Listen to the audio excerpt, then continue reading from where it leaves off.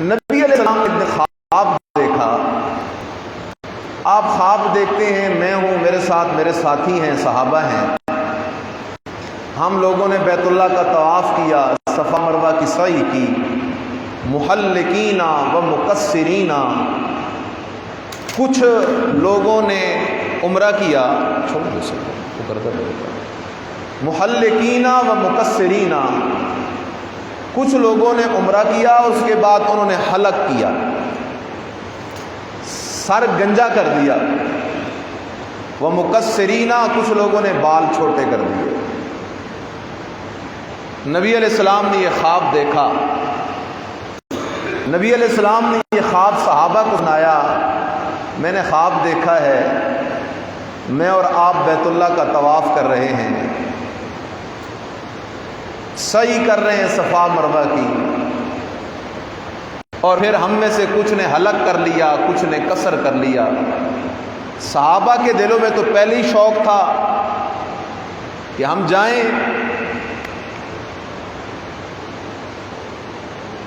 صحابہ نے کہا حضرت پھر آپ حکم کریں، ہم تو جانے کو تیار ہیں. سبحان اللہ. ذوالقعدہ کا مہینہ آیا. آپ علیہ السلام نے صحابہ کو کہا تیاری کرو، عمرے کے لیے جاتے ہیں. 1500 صحابہ نبی علیہ السلام کے ساتھ عمرہ جانے کے لیے تیار ہو گئے. پورا لشکر بن گیا، 1500 صحابہ. نبی علیہ السلام اپنے 1500 شاگردوں کو، مریدوں کو، صحابہ کو لے کر عمرے کے لیے روانہ ہو گئے. اور یہ سارے کا سارا لشکر سچا توحیدیوں کا لشکر ہے، سچے سنیوں کا لشکر ہے. شرک کا نام بھی کوئی نہیں، بدعت کا نام بھی نہیں. آج تو کئی لوگ حج عمرے کرتے ہیں، عقیدے میں شرک ہوتا ہے. نبی علیہ السلام اپنی اونٹنی قصوا پہ، قصوا یہ نبی علیہ السلام کی اونٹنی کا نام، تو سوار ہیں.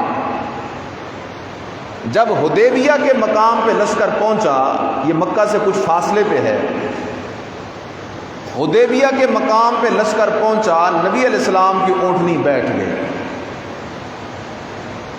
صحابہ اونٹنی کو اٹھا رہے ہیں، اونٹنی اٹھ نہیں رہی.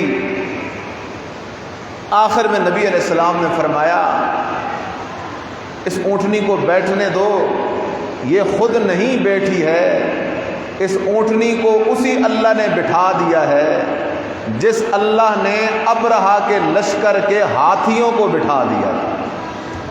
اس اللہ نے بٹھا دیا جس اللہ نے ابرہہ کے لشکر کے ہاتھیوں کو بٹھا دیا. اونٹنی بیٹھ گئی، لشکر وہاں ٹھہر گیا. لیکن اتفاق کی بات ہے کہ لشکر جہاں ٹھہرا، جہاں پڑاؤ کیا قافلے نے، وہاں پانی کوئی نہیں. ایک کنواں ہے قریب کے اندر، لیکن وہ کنواں خشک ہے. آپ علیہ السلام نے فرمایا میرا یہ تیر لے جاؤ، تیر، اور اس تیر کو کنویں کے اندر گاڑ دو، اللہ اپنی قدرت سے کنویں کے اندر پانی نکال دے گا. صحابہ گئے، صحابہ نے وہ تیر کنویں میں گاڑ دیا، اور اللہ نے اس خشک کنویں سے پانی نکال دیا. صحابہ نے بھی پانی پیا، جانور بھی سیر ہوئے، ضرورت پوری ہو گئی. لیکن چلتے چلتے یہاں مسئلہ سمجھ لو، یہ نبی علیہ السلام کا معجزہ تھا.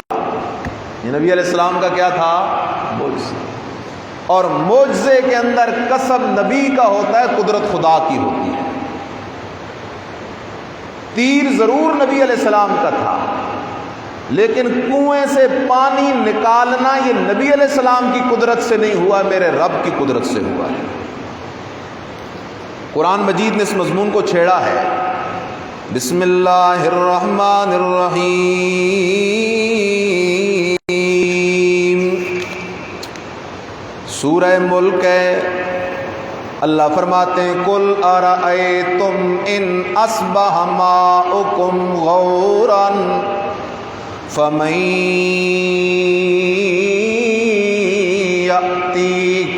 بماء معین۔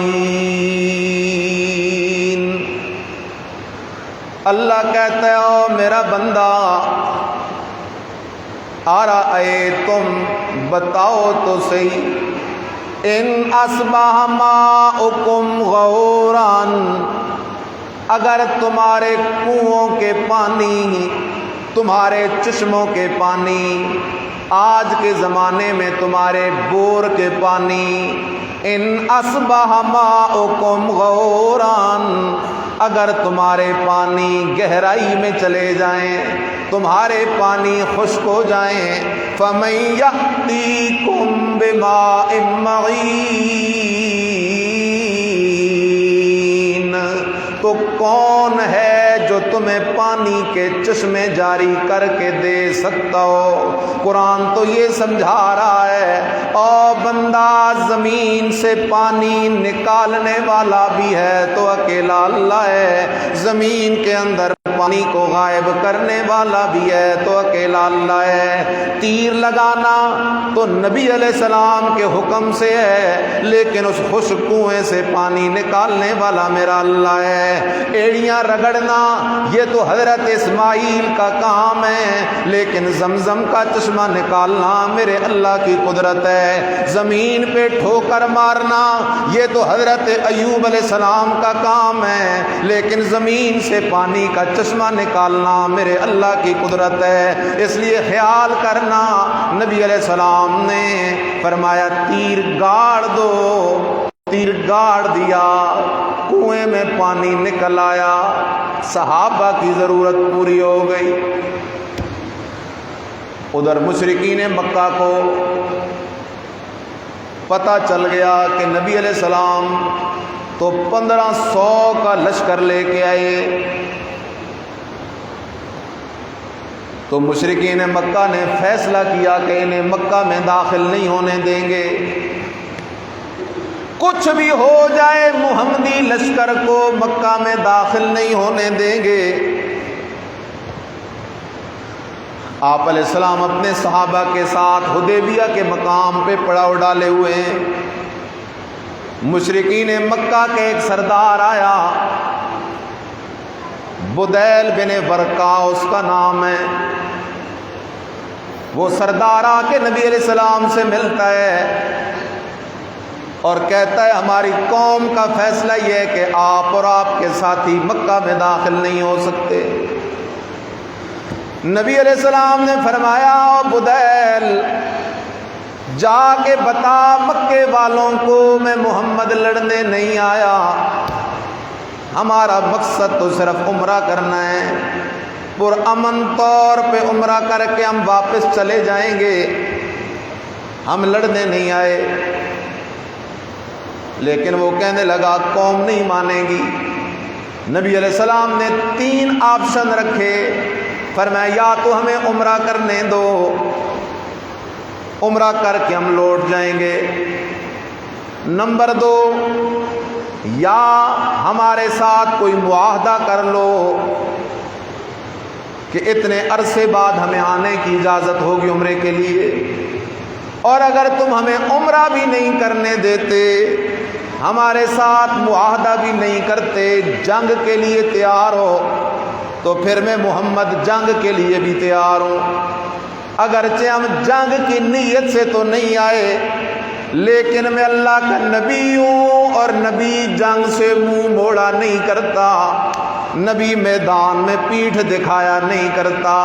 اس لیے غزوے کا موقع ہے، صحابہ کے قدم اکھڑ گئے، کسی نے کہہ دیا نہ محمدن قد قتلا، نبی علیہ السلام کفار کے لشکر کی طرف بڑھتے جا رہے ہیں، آپ کی زبان پہ یہ جملہ ہے انا النبی لا کذب انا ابن عبد المطلب، انا النبی لا کذب انا ابن عبد المطلب، او کافروں میں عبد المطلب کا پوتا ہوں اور اللہ کا نبی ہوں، میں پیچھے ہٹنے والوں میں سے نہیں ہوں۔ اس لیے خیال کیجئے گا، آپ نے 3 اس کے سامنے باتیں رکھی۔ بدیل بن ورقا لوٹ کے گیا، جا کے مکے والوں کو بتایا، وہ تو کہتا ہے جنگ کرتے ہو تو جنگ بھی کر لیں گے، لیکن ہم جنگ کرنے نہیں آئے، ہم صرف عمرہ کرنے آئے ہیں، یا ہم سے کوئی معاہدہ کر لو۔ یہاں ایک بات ذہن میں رکھ لو، اس کائنات میں اگر کوئی امن والا مذہب ہے تو وہ اسلام ہے، اس کائنات میں اگر کوئی امن والی قوم اور امت ہے تو وہ مسلمان ہے۔ کافر کبھی امن پسند نہ تھا، نہ ہے اور نہ ہوگا۔ کافر ازل سے فتنے باز تھا، فسادی تھا، فسادی ہے، فسادی رہے گا۔ آج لوگ کہتے ہیں جی مہذب معاشرہ، کئی ہمارے آتے ہیں نا پڑھے لکھے ان پڑھ، ایک بندہ ان پڑھ ہو اس کو سمجھانا آسان ہے، پڑھا لکھا ان پڑھ ہو اس کو سمجھانا مصیبت ہے۔ وہ یورپ سے آئیں گے، امریکہ سے آئیں گے، لندن سے آئیں گے اور کہیں گے وہ بڑا مہذب معاشرہ ہے، کافروں کے معاشرے کو مہذب معاشرہ۔ خیال کر، اس دنیا میں سب سے بڑے فسادی ہیں تو وہ کفار ہیں۔ ہماری جتنی زندگیاں گزر گئیں، بڑے بھی کمروں میں بیٹھے ہو، اس دور میں مسلمان تو جہاد چھوڑ کے ذلت اور رسوائی کی زندگی گزار رہے ہیں۔ آج مسلمانوں کے ملکوں پہ حملہ آور ہیں تو کون لوگ ہیں؟ وہ کفار ہیں۔ مسلمانوں کے ملکوں کو تباہ کر دیا کافروں نے، مسلمانوں کو چیر پھاڑ دیا، قتل و قتال کیا، ہزاروں لاکھوں مسلمان مرد عورت بچے عورتیں شہید کر دیے کافروں نے، پھر بھی وہ امن پسند ہے اور مسلمان دہشت گرد ہے۔ غلط بات ہے۔ اسلام امن والا مذہب ہے، لیکن امن آتا ہے جہاد فی سبیل اللہ سے، اس کے بغیر امن نہیں آتا۔ آج ہمارے کئی صوفی صافی ہوتے ہیں، کہتے ہیں اسلام تلوار سے نہیں آیا، اسلام زبان سے آیا ہے، اخلاق سے آیا ہے۔ اور کئی جاہل ہوتے ہیں، وہ کہتے ہیں اسلام تلوار سے آیا ہے، اخلاق سے نہیں آیا۔ یہ دونوں غلط ہیں۔ میں جس نبی کو ماننے والا ہوں، میرے مرشد کا اخلاق بھی بے مثال ہے، میرے مرشد کا قتال بھی بے مثال ہے۔ میرے مرشد کا اخلاق قتال ہے، قتال اخلاق ہے، لہذا دونوں چیزیں ملتی ہیں تو سیرت محمد الرسول اللہ صلی اللہ علیہ وسلم بنتی ہے۔ اگر اسلام کا نفاذ نمازوں سے ہو جاتا، روزے سے ہو جاتا، حج زکوٰۃ خیرات عمروں سے ہو جاتا، نوافل تہجد تلاوت سے ہو جاتا، تو پھر اللہ اپنے نبی کو کبھی بھی نہ کہتا قاتلوہم حتی لا تکون فتنہ، میرے محمد اب جہاد کرنا پڑے گا۔ معلوم ہوا جب امام الانبیاء بھی ہوں، اسلام کو غلبہ تبھی ملتا ہے جب امت جہاد کی طرف آ جاتی ہے۔ اس لیے خیال کرو، نبی علیہ السلام نے فرمایا جو تمہاری مرضی، معاہدہ کرو تب حاضر، سلو کرو تب حاضر، ہمیں عمرہ کرنے دو، ہم چلے جائیں گے۔ لمبا واقعہ ہے، وہ گیا، اس نے اپنی قوم کو کہا، قوم کے جو نوجوان تھے وہ جذبات میں ہوئے، ہم جاتے ہیں لڑتے ہیں۔ ایک بندہ تھا عروہ بن مسعود الثقفی، یہ بھی مکے کا بڑا سمجھدار سردار تھا، اس نے کہا میں جاتا ہوں۔ دوسرا سفیر آ گیا، اس نے نبی علیہ السلام سے آ کر بات شروع کی، نبی علیہ السلام نے وہی 3 باتیں رکھی۔ عروہ بن مسعود الثقفی جو تھا، اس نے نبی علیہ السلام کو کہا آپ کے ساتھ یہ جو لوگ ہیں یہ تو قبائل کے لوگ ہیں، اگر آپ ہمارے ساتھ جنگ کریں گے تو یہ آپ کا ساتھ نہیں دیں گے۔ تو پیچھے کھڑا تھا میرے نبی کا سب سے عظیم شاگرد اور مجاہد شاگرد ابو بکر صدیق رضی اللہ تعالیٰ عنہ، فرمایا بکواس بند کر، ہم نے اپنی جان بھی نبی کے لیے حاضر کر دی ہے، مال بھی حاضر ہے، اولاد بھی حاضر ہے، ہم پیچھے ہٹنے والے نہیں ہیں۔